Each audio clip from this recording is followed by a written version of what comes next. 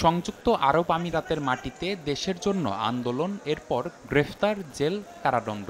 অবশেষে অন্তর্বর্তীকালীন সরকার প্রধানের হস্তক্ষেপে দেশে ফিরলেন তারা। শনিবার রাত 9:30টার দিকে হজরত শাহজালাল আন্তর্জাতিক বিমানবন্দরে পৌঁছান সাজা মওকুফ হওয়া দুজন প্রবাসী। তাদের স্বাগত জানান বৈষম্য বিরোধী ছাত্র আন্দোলনের সমন্বয়করা ও সাধারণ ছাত্র জনতা। এ সময় গণমাধ্যমের সঙ্গে কথা বলেন প্রবাসীরা, জানান বন্দিশালায় নির্মম কয়েকটি দিনের গল্প। কোনো দলের স্বার্থে না, বরং দেশের স্বার্থে আন্দোলন করে কারাবাস করতে হয়েছে তাদের। সংযুক্ত আরব আমিরাতে বন্দী বাকিদেরও দ্রুত দেশে ফিরিয়ে আনার দাবি তাদের। আমরা হাজারো জনতা, হাজারো যুবক, হাজারো ছাত্ররা আমরা প্রতিবাদ করেছি। তার প্রতিবাদে আজকে ইউএই কারাগারে 500-র অধিক আজকে আমরা কারাবন্দী। তার ভিতরে আমি একজন 10 বছর সাজাপ্রাপ্ত, আমার ডানে যিনি ছিলেন উনি 25 বছর সাজাপ্রাপ্ত। বাঙালি বলতে আমাদের মধ্যে কোনো বিচার নেই, আমাদের জন্য কোনো আমাদের অভিভাবক নেই।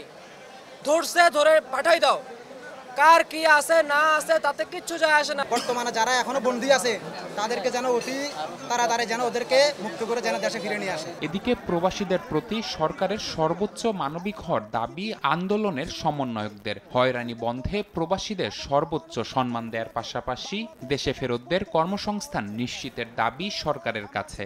এই দেশে সবচেয়ে বেশি ভোগ করে কম এবং ত্যাগ করে বেশি হচ্ছে রেমিটেন্স যোদ্ধারা। 16-17 বছর বয়সে তারা দেশ থেকে চলে যায়, 50-55 বছর পর্যন্ত তারা শুধু দেশকে দিয়ে যায়, কিন্তু সেই অর্থে সেই বিনিময়ে কিন্তু তারা দেশ থেকে কিছু পায় না। কোনো কনসুলেটে, কোনো এম্বাসিতে আমাদের প্রবাসীদের প্রথম শ্রেণীর নাগরিকের অধিকার দিতে হবে এবং তারা যখন এয়ারপোর্টে আসবে তাদেরকে প্রথম শ্রেণীর নাগরিকের মর্যাদা দিতে হবে। আমাদের এই ভাইরা তাদের জীবনের বড় স্বপ্নটি হারিয়েছেন, তাদের চাকুরিটি হারিয়েছেন। আমরা অন্তর্বর্তীকালীন সরকারকে স্পষ্ট করে দাবি জানাই, অন্তর্বর্তীকালীন সরকার যেন আমাদের ভাইদের কর্মসংস্থানের ব্যবস্থাটি করেন। শনিবার সাজা মওকুফ হওয়া দুজন সহ আন্দোলনে অংশ নেয় 8 জন প্রবাসী ঢাকায় ফিরেছেন। নিবিড় সাহা, সময় সংবাদ, ঢাকা।